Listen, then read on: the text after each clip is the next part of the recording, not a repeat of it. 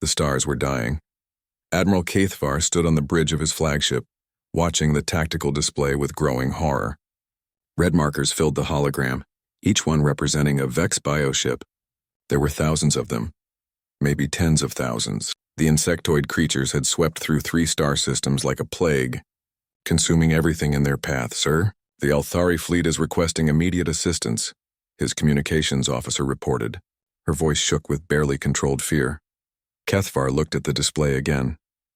The crystalline beings of Althar were some of the galaxy's finest warriors, but their elegant ships were being torn apart by the Vex swarm. Their beautiful energy weapons, which could slice through most armor like paper, seemed to barely scratch the bioships. Worse, the Vex adapted quickly. Each time they hit a Vex vessel, the next one they encountered would be stronger against that same attack. "Tell them we're moving to support," Caithvar ordered, though he knew it was likely a death sentence for his own fleet. The Zenthari ships moved forward, their crews preparing for what might be their final battle. These were good beings, Caithvar thought. The Zenthari had been peacekeepers for over 200 years. Their weapons were designed to disable, not destroy. They believed in honor and mercy even in war. The Vex believed in nothing but consumption. As they approached the battle zone, Caithvar watched the last of the Althari ships fall. The Resonance of Truth, their flagship, tried to ram a massive Vex biocruiser. The crystalline vessel shattered against the organic hull like glass hitting rubber. The Vex ship didn't even slow down. "All ships, prepare for engagement," Caithvar commanded. His fleet consisted of 50 vessels, each one a masterpiece of galactic engineering.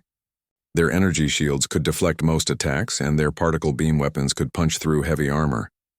Against any normal enemy, they would be formidable. The Vex were not normal. The first wave of bioships came at them like angry insects, their hulls rippling and changing as they flew. Some grew thicker armor plating as they approached. Others sprouted new weapon pods from their living flesh. The Zenthari opened fire, their beams lancing out across space. Several Vex ships died in that first exchange, their organic hulls boiling away under the energy assault. But the others learned quickly. By the time the second wave arrived, their hulls had adapted. The same weapons that had killed their brothers now barely marked their skin. "Sir, our weapons are becoming less effective," the tactical officer reported. Caithvar nodded grimly. This was how the Vex fought. They threw themselves at their enemies, learning from each loss, adapting to each attack. Eventually, they became immune to everything you could throw at them. Then they swarmed over you like the insects they resembled. The battle turned into a nightmare. Zenthari ships found themselves fighting enemies that grew stronger with each passing minute. Bioplasma beams burned through their shields. Acid spores ate through their hulls. Boarding pods attached themselves to the ships like parasites, spilling Vex warriors into the corridors. One by one, Caithvar watched his beautiful ships die. "Sir, we're receiving a transmission," the communications officer said suddenly, "but I don't recognize the origin." "Put it through," Caithvar ordered. Maybe the hegemony had finally decided to intervene. Or perhaps the Trade Federation had sent their war fleets. Instead, a voice spoke in heavily accented galactic standard. The words were clear, but the pronunciation was strange, almost primitive. "This is Captain Sarah Chen aboard the Terran Navy vessel Indomitable. We heard you needed help." Caithvar blinked in surprise. "Terran, you mean human?" Every being on the bridge turned to stare at him. Humans were the newest species to achieve faster-than-light travel. They had only made first contact 30 years ago. Their technology was crude by galactic standards. Their ships were built with simple metals and chemical rockets. Most galactic citizens viewed them as an amusing curiosity, like children playing with toy weapons. "Confirmed, Admiral," the voice replied. "We're dropping out of hyperspace in 30 seconds. You might want to pull your people back." "Captain Chen, with respect, this is not a conflict for your level of technology," Caithvar said carefully. He didn't want to insult the humans, but their presence here would only add to the casualty count. "These are Vex bioships. They adapt to any attack pattern. Your kinetic weapons will be useless after the first few shots." There was a pause. Then Captain Chen's voice came back, and Caithvar could almost hear her smiling. "Admiral, we've been fighting each other for 10,000 years. We know a thing or two about killing." The Indomitable dropped out of hyperspace at the edge of the battle zone. Caithvar had expected a small ship, maybe a frigate or destroyer built with human engineering. What he saw instead made him take a step backward. The human vessel was enormous, easily the size of a Zenthari battlecruiser. But where galactic ships were elegant curves and flowing lines, this thing looked like a flying fortress. The hull was angular and brutal, covered in armor plating that looked thick enough to stop a meteor. Weapon mounts studded every surface like the spines on a sea creature. There were no artistic flourishes, no aesthetic considerations. This ship had been built for one purpose only: to kill things. All Allied vessels fall back to minimum safe distance. Captain Chen's voice crackled across all frequencies. We're going loud. The Vex noticed the new arrival immediately. A swarm of bioships peeled away from the Zenthari fleet and began moving toward the human vessel. There were at least 200 of them, their hulls already beginning to adapt for the fight ahead. Kethvar expected the humans to maneuver, to try some clever tactical approach. Instead, the Indomitable simply turned to face the oncoming swarm and began to fire. What happened next would be talked about in every military academy for the next 1,000 years. The human ship didn't use energy weapons. Instead, streams of metal projectiles poured from its guns like deadly rain. But these weren't simple bullets. Kethvar's sensors showed that each projectile was moving at a significant fraction of light speed, accelerated by some kind of magnetic system. The first Vex ships to be hit simply ceased to exist. The kinetic energy was so enormous that the biohulls didn't have time to adapt. They were there 1 second, expanding clouds of debris the next, but that was just the beginning. Missiles began launching from the human ship, dozens of them, each one trailing a distinctive energy signature that made Kethvar's blood run cold. Those are nuclear weapons, he whispered. The galaxy had abandoned nuclear technology centuries ago. It was considered crude, barbaric, unnecessarily destructive. Most species had developed much more elegant ways to generate energy for their weapons. The humans apparently had not. The nuclear missiles struck the Vex formation like hammers of light. Each explosion vaporized everything within several kilometers. The bioships, designed to adapt to energy patterns and exotic matter, had no defense against simple fusion reactions. They died by the dozens, their adaptive capabilities overwhelmed by the sheer primitive brutality of the human weapons. In less than 5 minutes, the swarm that had been preparing to destroy the human ship was reduced to scattered debris and fleeing survivors. Captain Chen's voice came across the communication channel again, calm and professional. Admiral Kethvar, this is just the advanced scout. The main fleet will be arriving shortly. I suggest your people find some cover. Things are about to get interesting. Kethvar looked at the tactical display, watching as more human ships began dropping out of hyperspace. Each one was as brutal and functional as the first. No elegant curves, no artistic beauty, just weapons and armor and the promise of violence. For the first time since the Vex had appeared in his sector, Admiral Kethvar allowed himself to hope. The humans had come to war and they were very good at it. The main human fleet emerged from hyperspace like a pack of hunting wolves. Admiral Kethvar counted them as they appeared on his sensors. 12 destroyers, 8 cruisers, and something massive that his computer couldn't properly classify. Every single ship shared the same brutal, functional design as the Indomitable. No wasted curves or decorative elements. Just armor, weapons, and the promise of violence. My God, whispered his tactical officer. Look at the size of that thing. The largest human vessel was a monster. It dwarfed even the biggest Zenthari dreadnoughts. Its hull covered in so many weapon systems that they could barely count them all. Massive turrets rotated slowly, tracking targets across the battlefield. Missile tubes showed dark and ready along its flanks. That's the Terra's Wrath, Captain Chen's voice informed them. She's what we call a battleship. Admiral Martinez sends his regards. The Vex response was immediate and overwhelming. The bioships had been regrouping after their disastrous first encounter with human weapons, but now they moved with purpose. Thousands of them swarmed toward the human fleet, their hulls already beginning to adapt based on what they had learned from the previous fight. Kethvar watched in fascination as the Vex bioships changed. Some grew thicker armor plating, designed to absorb kinetic impacts. Others sprouted deflector fields around their hulls. A few even began secreting some kind of metallic coating, clearly an attempt to protect against nuclear explosions. The humans seemed unimpressed.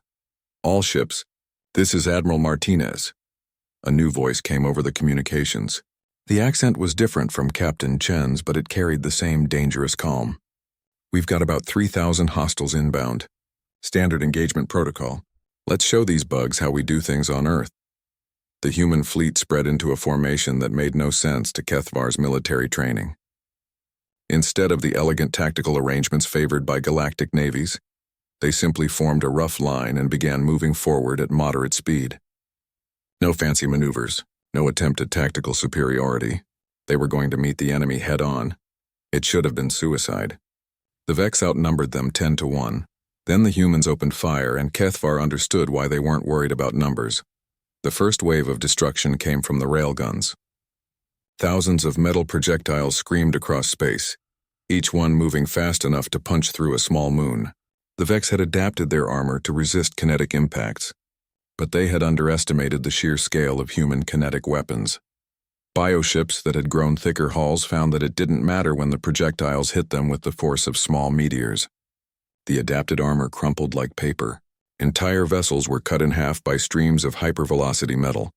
But the humans were just getting started. Nuclear missiles followed the railgun barrage. But these weren't the same weapons they had used before. Kethvar's sensors detected dozens of different types. Some were pure fusion bombs. Others used enhanced radiation designs. A few appeared to be antimatter weapons, though his sensors couldn't be sure. The Vex had prepared for nuclear attacks by developing energy-absorbing hulls. The humans simply used different kinds of nuclear weapons until they found ones that worked. When energy absorption failed, they switched to weapons that generated different types of energy. When those were countered, they used weapons that didn't rely on energy at all. One group of human destroyers launched weapons that appeared to be simple metal rods. Kethvar almost laughed until he saw what they did. The rods punched through Vex hulls and began expanding, physically tearing the bioships apart from the inside. No energy signatures to adapt to. No exotic matter to counter. Just brutally simple engineering. How many different types of weapons do they have? His tactical officer asked in amazement. As if answering the question, the human cruisers began firing something entirely new. Streams of superheated metal poured from their guns like liquid fire. The Vex bioships tried to adapt, growing heat-resistant plating.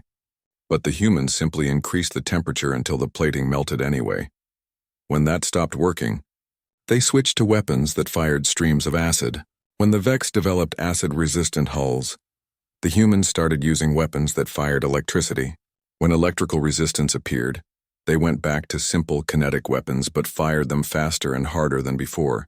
It was like watching someone fight with an infinite toolbox. Every time the enemy adapted to one weapon, the humans pulled out something completely different. They didn't try to out-evolve their enemies. They just made sure they had more options than the Vex could possibly adapt to. The battle became a massacre. Vex bioships that had seemed invincible against galactic weapons found themselves helpless against human diversity. They could adapt to energy weapons, but not to kinetic ones.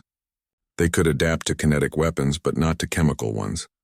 They could adapt to chemical weapons, but not to nuclear ones. And when they tried to adapt to everything at once, they became weak against everything. This is impossible, Kethvar muttered, watching his tactical display.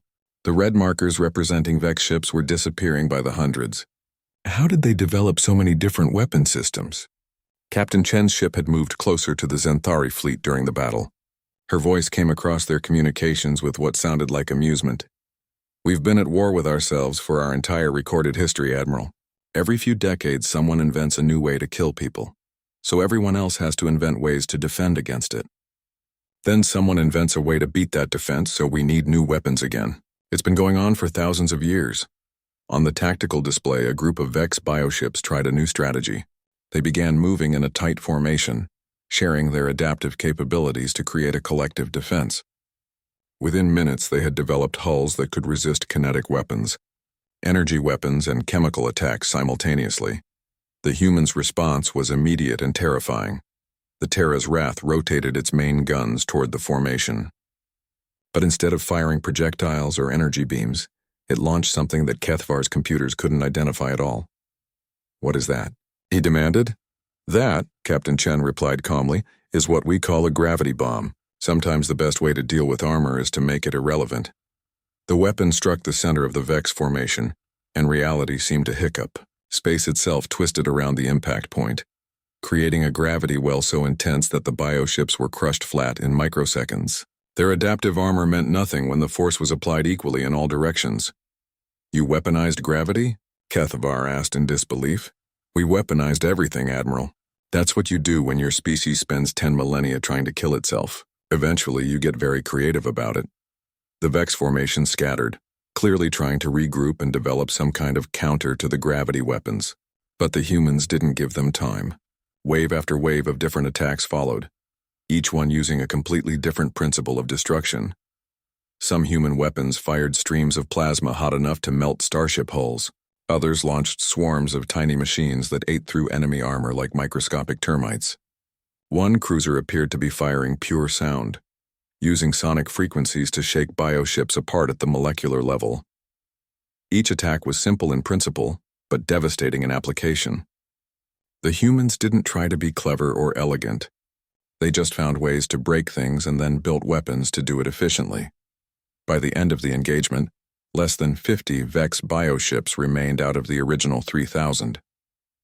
They fled the battlefield in complete disorder, their adaptive capabilities overwhelmed by the sheer variety of destruction they had faced.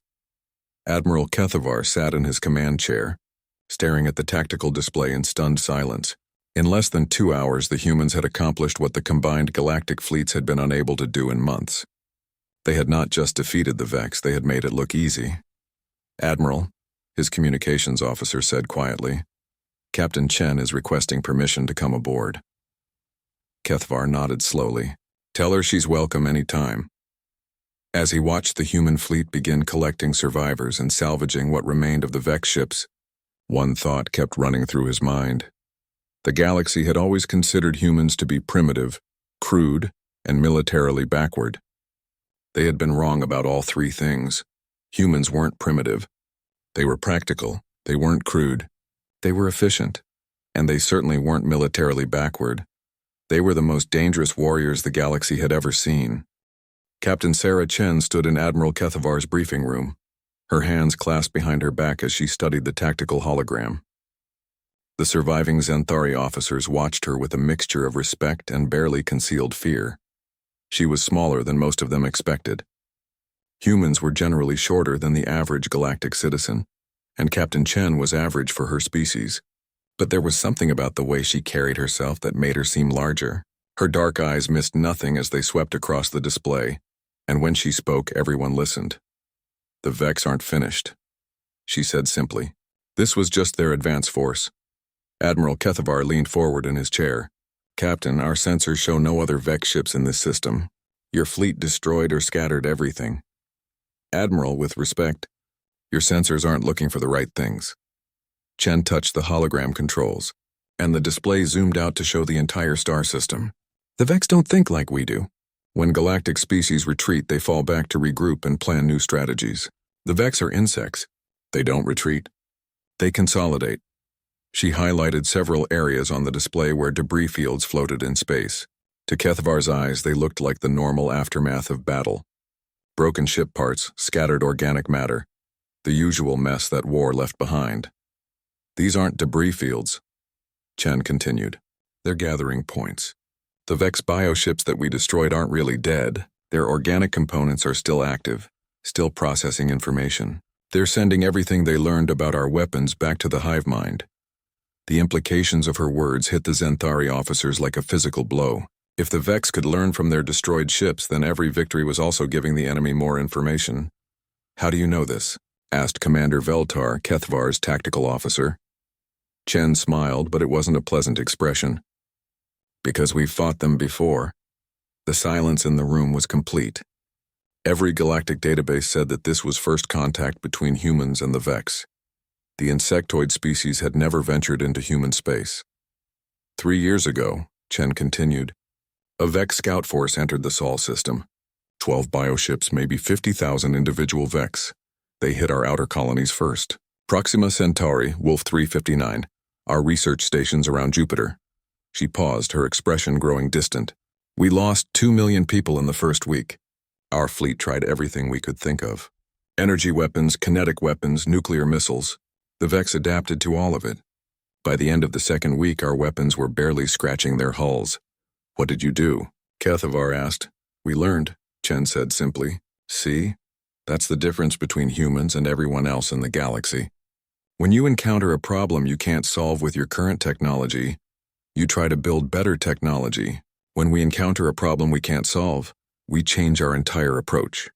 She manipulated the hologram again, showing a schematic of human military doctrine. The Vex adapt to whatever you throw at them, right? So the solution isn't to throw better things. It's to throw so many different things that they can't adapt to all of them. The schematic showed the organizational structure of a human fleet. Unlike galactic navies, which specialized their ships for specific roles, human vessels carried dozens of different weapon systems. Each ship was like a floating arsenal, capable of switching between completely different attack methods in seconds. This is why our ships are so big and ugly, Chen explained. We don't build them to be efficient or elegant. We build them to carry as many different types of weapons as possible. When the Vex adapt to our railguns, we switch to missiles. When they adapt to missiles, we use plasma weapons. When they adapt to plasma, we go back to railguns but fire them differently. Commander Veltar studied the schematic with growing amazement. How many different weapon systems does each ship carry? The Indomitable has 47 primary weapon types and over 200 variations, Chen replied. The Terra's Wrath has 86 primary types and nearly 1,000 variations. We keep building new ones. The room fell silent as the galactic officers tried to process this information. Their own ships typically carried 3 or 4 weapon systems, all variations on the same basic technology. The idea of a single vessel mounting dozens of completely different weapons was almost incomprehensible. But that's not the real lesson we learned from fighting the Vex, Chen continued. The real lesson is that they're not invincible. They're just very, very good at adapting. But adaptation takes time and it has limits. Hit them with enough different things fast enough and they can't keep up. She changed the display again, showing the battle they had just finished.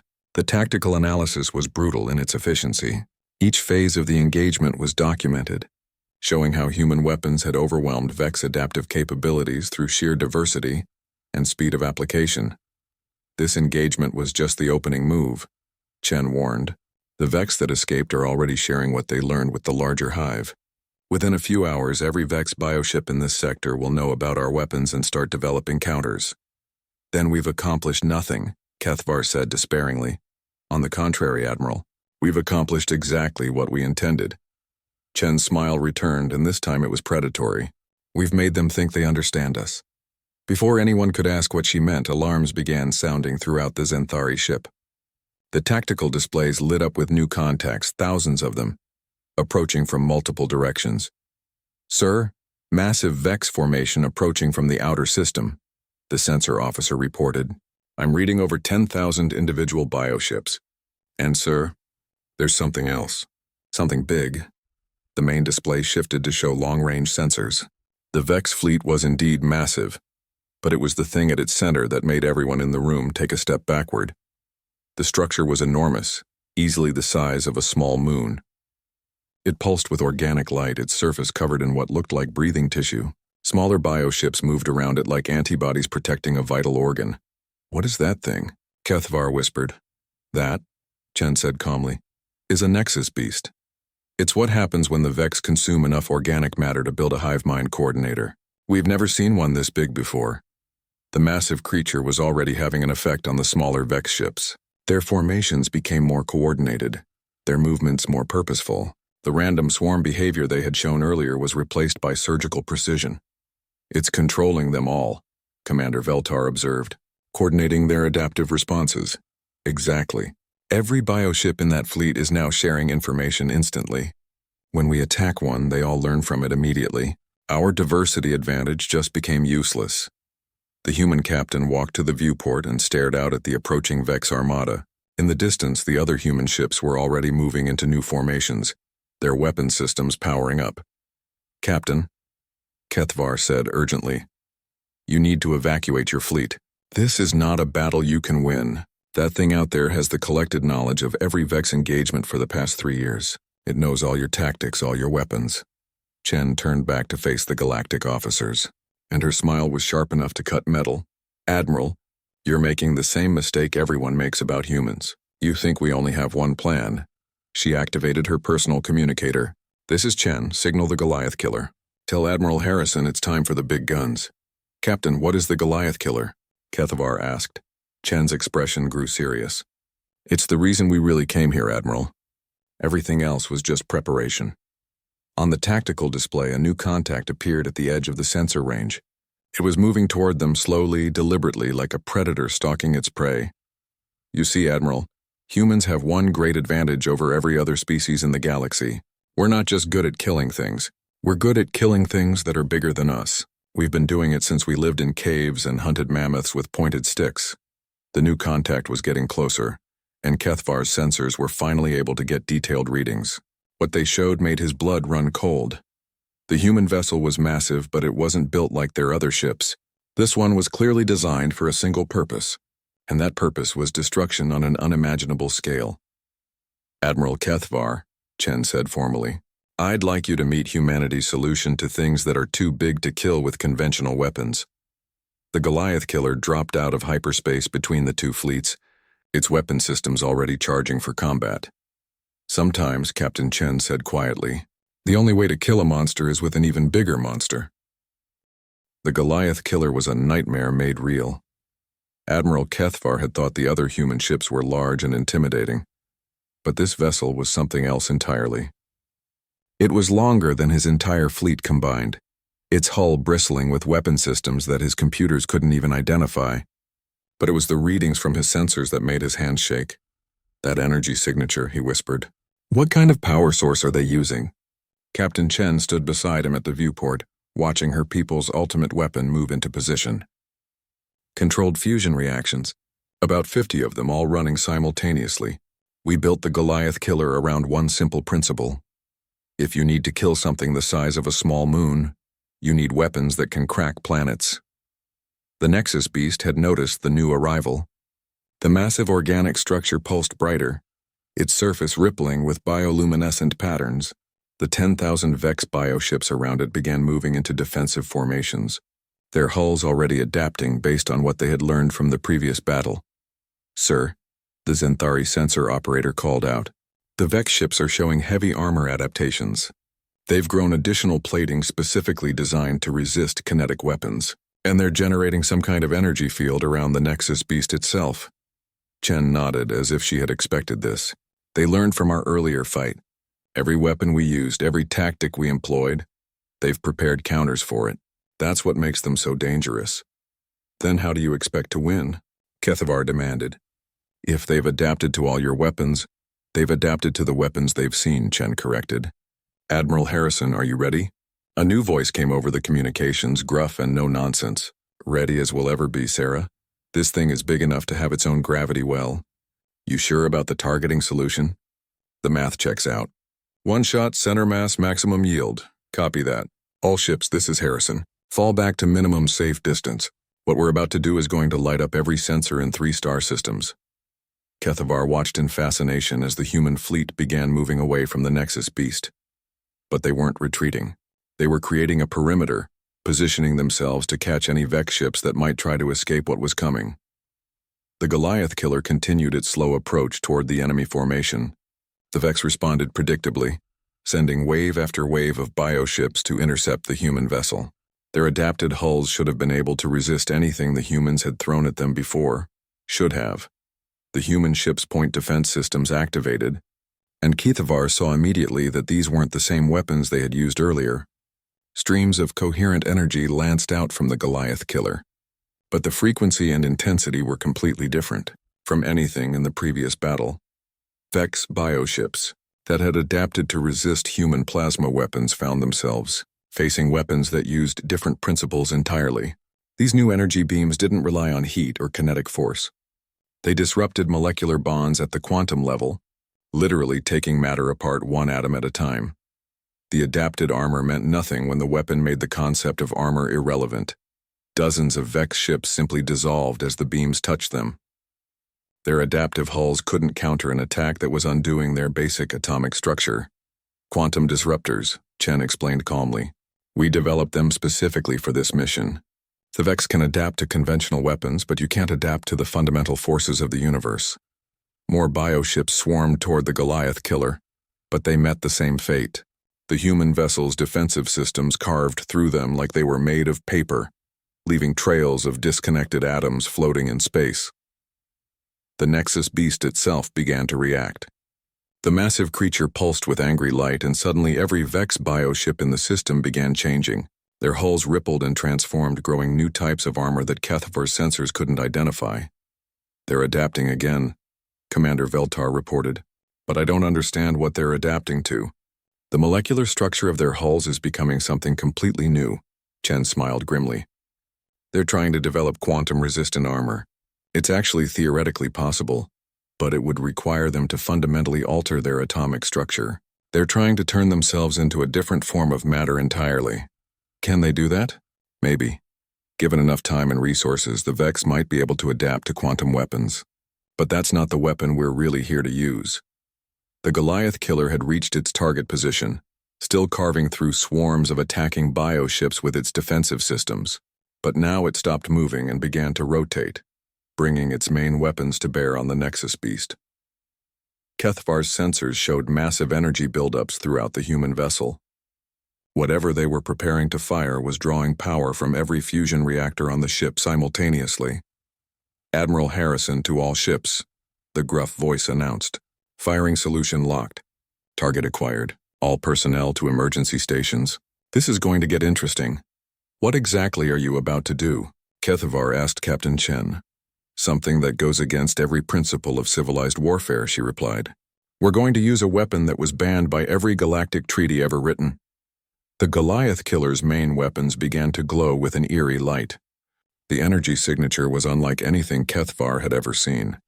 His computers couldn't even classify what type of weapon was being charged. "Captain, what kind of weapon is that?" Chen was quiet for a long moment, watching her ship prepare to fire. When she finally spoke, her voice was barely above a whisper. "We call it a planet cracker. It's designed to destabilize the molecular bonds in large celestial bodies. We originally built it to break up asteroids that might threaten Earth.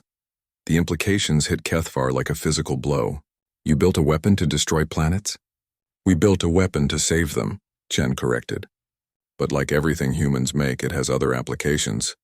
The Nexus beast seemed to sense the danger. The massive creature began moving, its bioship escorts forming protective barriers around it. The organic structure pulsed with frantic energy as it tried to coordinate a response to this new threat, but the Goliath killer was already firing. The weapon that emerged from the human ship wasn't a beam or a projectile. It was something far more subtle and infinitely more terrifying. Space itself seemed to ripple around the attack, reality bending in ways that made HFY's eyes water to look at directly. When it struck the Nexus beast, nothing seemed to happen at first. Then the creature began to scream. The sound came through subspace, a psychic shriek of agony and rage that made every sentient being in the system clutch their heads in pain. The Nexus beast's bioluminescent patterns went chaotic, flashing in patterns that hurt to look at. "What's happening to it?" HFY gasped, fighting through the psychic noise. "The planet cracker works by destabilizing molecular bonds," Chen explained, though her own voice was strained. "It's designed to make large objects fall apart at the atomic level. But the Nexus beast isn't just matter. It's also a psychic entity. When we started breaking apart its physical form, we also damaged its mental structure." The creature's screams grew louder, and now the effect was spreading to the bioships around it. Without the coordinating influence of the Nexus beast, the individual Vex vessels began to lose cohesion. Some simply stopped moving. Others began attacking each other in confusion. The Nexus beast itself was falling apart. Chunks of organic matter broke away from its main body, dissolving into component atoms as the planet cracker's effects spread through its structure. The creature tried desperately to maintain its integrity, but the weapon was designed to break apart objects far more stable than biological matter. Within minutes, the massive structure that had threatened to coordinate the entire Vex fleet was reduced to expanding clouds of disconnected atoms. The psychic screaming cut off abruptly, leaving a silence that felt deafening after the mental assault. The remaining Vex bioships, suddenly cut off from their controlling intelligence, reacted with panic. Some fled the system immediately. Others began attacking anything nearby, including each other. A few simply shut down completely, their biomechanical systems unable to function without central coordination. "My God," HFY breathed. "You actually did it. You killed a Nexus beast." Captain Chen turned away from the viewport, her expression grim. Admiral, we didn't just kill it. We did something much worse. We made it suffer while we killed it.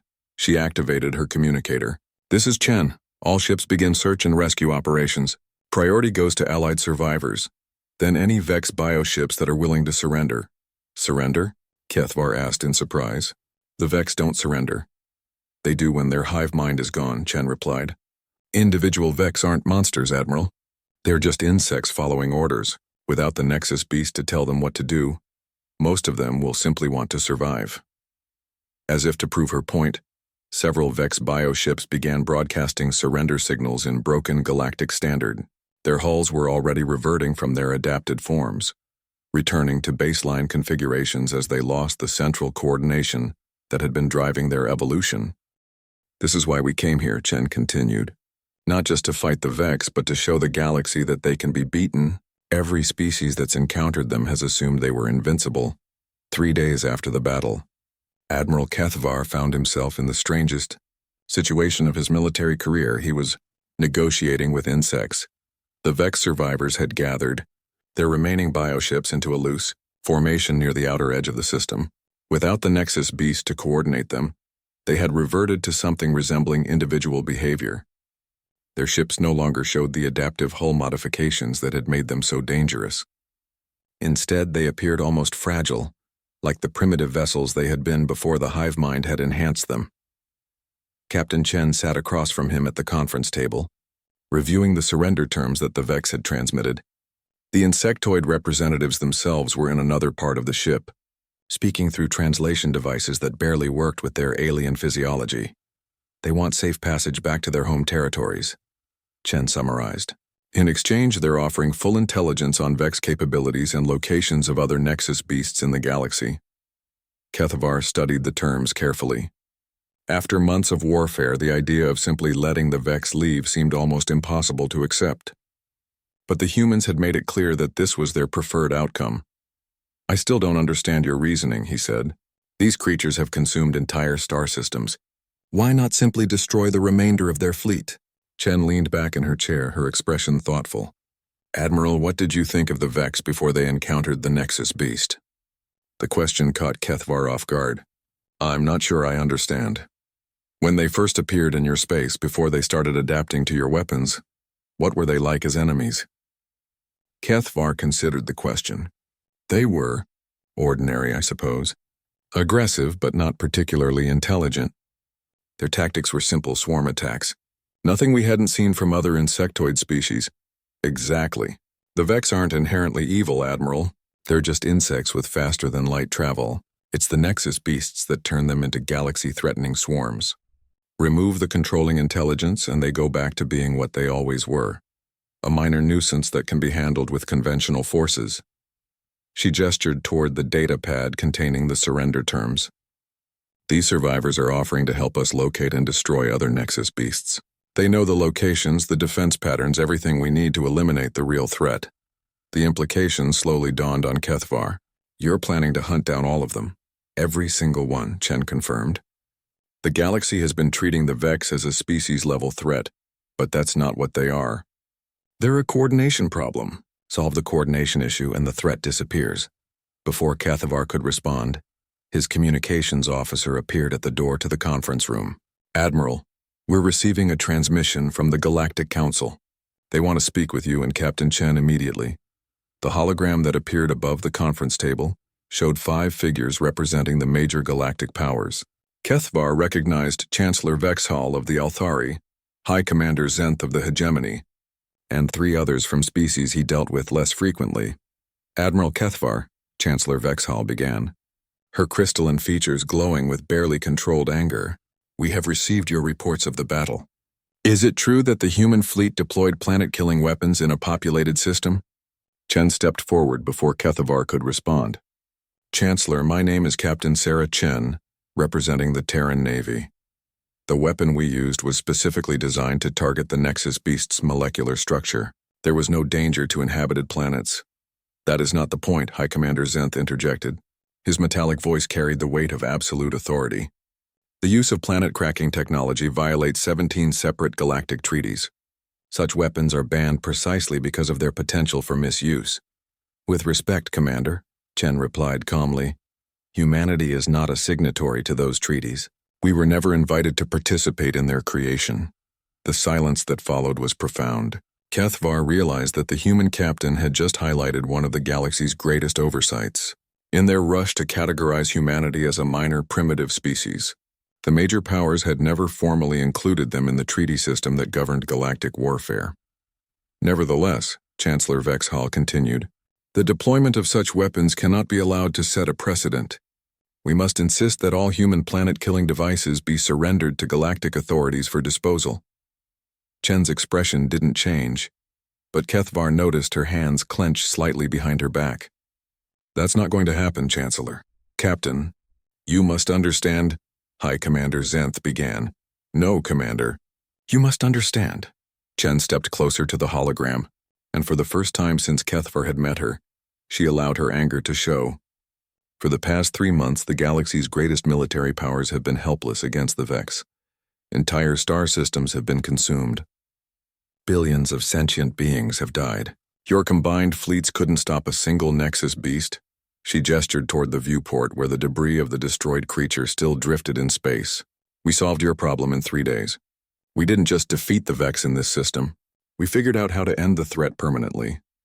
And your response is to demand that we give up the weapons that made it possible? The weapons are too dangerous, Chancellor Vexhall started. The weapons are the only reason you're still alive to complain about them. Chen cut her off. We came here to help. We asked for nothing in return. We shared our tactical data freely with your forces, and now you want to disarm us because you're afraid of what we might do with our own technology. High Commander Zenth's metallic features showed signs of strain. Captain, surely you can see our position? Weapons capable of destroying planets cannot be allowed to proliferate. Chen was quiet for a long moment, studying the faces of the galactic leaders. When she spoke again, her voice was deadly calm. You're right, Commander. Planet-killing weapons shouldn't proliferate, which is why we're going to keep ours. That is unacceptable, Chancellor Vexhall declared. The Council will not tolerate— The Council, Chen interrupted, will tolerate exactly what we decide it will tolerate. Because the alternative is that we pack up our ships and go home, leaving you to deal with the next Nexus beast on your own. The threat hung in the air like a physical presence. Every being in the conference room understood the implications. Without human weapons and tactics, the galaxy would be defenseless against future Vex incursions. You're threatening us, High Commander Zenth said slowly. I'm stating facts, Chen replied. We have the weapons. We have the knowledge. We have the willingness to use both to protect galactic civilization. The question is whether the Council wants our help or our indifference. Admiral Kethvar watched the exchange with growing amazement. The human captain was calmly facing down the 5 most powerful leaders in the galaxy, and she was winning. What do you want? Chancellor Vexhall asked finally. Full inclusion in the galactic treaty system, Chen replied immediately. Representation on the Council proportional to our contribution to galactic defense, and a formal mandate to hunt down and destroy the remaining Nexus beasts. Impossible, High Commander Zenth said. Humans have been a spacefaring species for less than 50 years. Council membership, Chen interrupted, requires the ability to contribute to galactic security. We just eliminated a threat that your combined forces couldn't handle. I'd say we qualify. She turned to address all 5 leaders directly. Here's what's going to happen. We're going to take our new Vex allies and hunt down every Nexus beast in the galaxy. We're going to eliminate the threat permanently, and when we're done, the galaxy is going to be a much safer place. And if we refuse to grant you Council status? Chancellor Vexhall asked. Chen smiled, and Kethvar realized that he was seeing the expression that had terrified Vex swarms across 3 star systems. Then we'll do it anyway. The difference is that if you work with us, you get to help decide how it's done. If you don't work with us, you get to watch from the sidelines while we reshape galactic security without your input. The 5 council members exchanged glances, clearly communicating through private channels. After several minutes, High Commander Zenth spoke for all of them. The council will consider your proposal. You have 48 hours, Chen replied. After that, we begin operations with or without your approval. The hologram flickered off, leaving the conference room in silence. Captain, Kethvar said carefully, You just threatened the most powerful organization in the galaxy. Chen turned to look at him, and her smile softened into something more genuine. Admiral, the most powerful organization in the galaxy just spent 3 months losing a war against space insects. I think it's time for a change in management. She walked to the viewport and looked out at the human fleet, already preparing for their next mission.